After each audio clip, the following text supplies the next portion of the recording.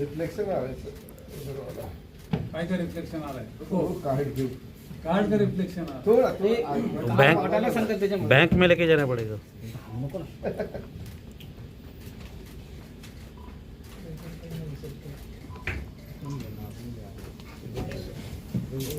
एक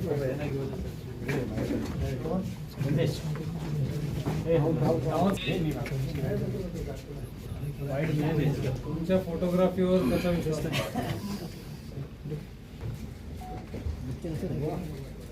नमस्कार झालं आता काय चहा प्यायला? अच्छा आपण यालाच जाऊ कॅन्टीनला पिऊ कॉफी घ्या तुम्ही कुठेच घ्या मला सांगा झाल्यावर त्याला मध्ये घ्या सर थोडं साईड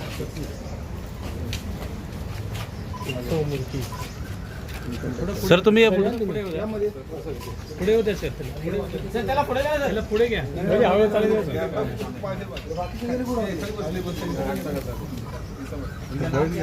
पार्टी है ना जरा पार्टी है रे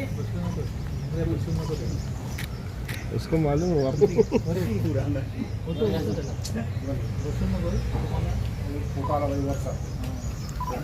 सोने के पहले ही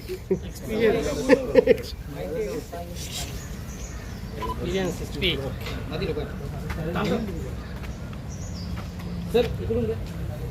थोडं चालत सर इकडे घे ना. चल अरे बाबा यासाठी थांबवलंय सर सर थोडस चालवा ना त्याला इकडे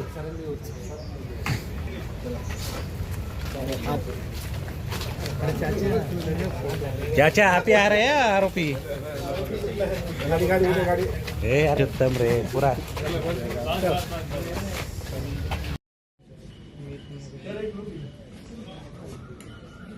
अरे मेरा लुक किधर भी होगा तो भी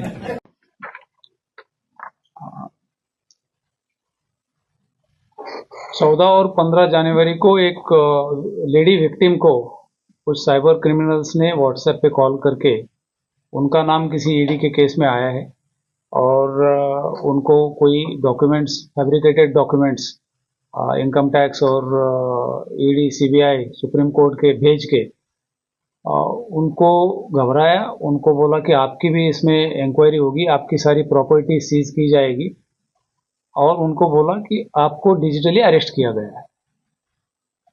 डिजिटली उनको अरेस्ट करने के बाद उनको बोला कि आपके बैंक के डिटेल्स वगैरह भेजिए, प्रॉपर्टी के डिटेल्स भेजिए। तो फियरिंग कि she is put under digital arrest, उनको लगा कि हमको डिजिटली सच्ची में अरेस्ट किया है। उन्होंने सारे अपने डॉक्यूमेंट्स वगैरह उनको भेजे और फिर जो उन्होंने मांगी वो रकम वो ट्रांसफर करती गई अपने बैंक अकाउंट से। ऐसा लगभग 1,81,00,000 रुपया उन्होंने ट्रांसफर करने के बाद फिर वो पुलिस के पास आई। हमारे पास आने के तुरंत बाद 1 महीने के बाद वो आई। आने के बाद साइबर पुलिस स्टेशन में केस रजिस्टर किया।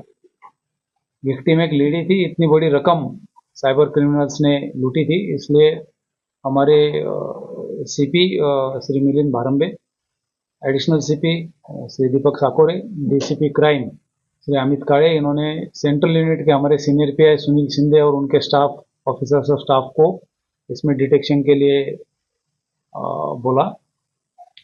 ये सेंट्रल यूनिट की टीम ने लगभग पिछले 2 महीने टेक्निकल एनालिसिस करके ये आरोपी पहले निष्पन्न किए और फिर उनमें से 3 आरोपी अरेस्ट करने में सफलता मिली है। अरेस्टेड एक्यूज्ड के पास से लगभग 11 लाख के ऊपर रकम हस्तगत की है, जो विक्टिम को वापस दे दी, लौटाई गई है। उनके पास से इस क्राइम के लिए जो यूज किए गए वो लैपटॉप, अलग अलग 18 मोबाइल फोन, अलग अलग बैंक्स के cheque books, debit cards, passbooks, sim cards और बोगस डॉक्यूमेंट्स के लिए जो रबर स्टैंप लगते हैं, वो स्टैंप्स, ऐसा सारा मुद्देमाल जब्त किया है। आरोपियों के खिलाफ इसके पहले पुराने भी केसेस है। इस बार भी उनके पास से अपार्ट फ्रॉम ये केस छोड़ के और एक थाना साइबर पुलिस स्टेशन का केस डिटेक्ट हुआ है और उन्होंने जो अकाउंट्स ऑपरेट किए, जो ओपन किए, उसमें एनसीसीआरपी पोर्टल पे जो 73 केसेस रिपोर्ट की गई है, उसमें से पैसा उन अकाउंट्स में गया है, ऐसा हमने अभी तक की जांच में पाया है। इनके अकाउंट्स अलग अलग स्टेट्स में हैं, जिसमें मिजोरम, झारखंड, जम्मू कश्मीर, वेस्ट बंगाल इत्यादि शामिल है। ये इनकी मोडस ऑपरेंडी ऐसी है, एक दुकान या गाला किराए पे लेते हैं, उसमें डॉक्यूमेंट्स बना के बैंक अकाउंट खोलते हैं, करंट अकाउंट खोलते हैं, उसका इंटरनेट बैंकिंग फैसिलिटी लेते हैं, उसका लिमिट ट्रेस करके लेते हैं, और ये सारे बैंकिंग के जो भी क्रेडेंशियल्स है, वो यूज़र नेम, पासवर्ड और उसका डेबिट कार्ड और उसके लिए यूज़ किया जाने वाला मोबाइल सिम, ये सारा वो दुबई या अन्य देश में भेजते, जहाँ से फिर ये कॉल शुरू होते। ये बैंक अकाउंट्स भी वहीं से ऑपरेट होते। हालांकि बैंक्स इंडिया में है, लेकिन अकाउंट्स जो ऑपरेट होते वो बाहर से किए जाते, और ये पैसे इमीडिएटली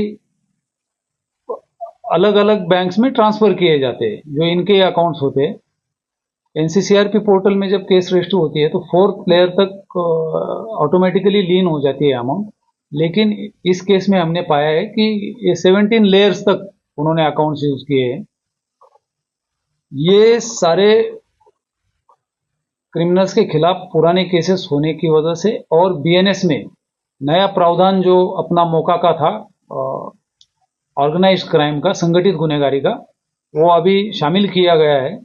इसलिए नए बीएनएस से, नए कानून के तहत बीएनएस 111 ये संगठित गुनहगारों की टोली के ऊपर लगाया गया है।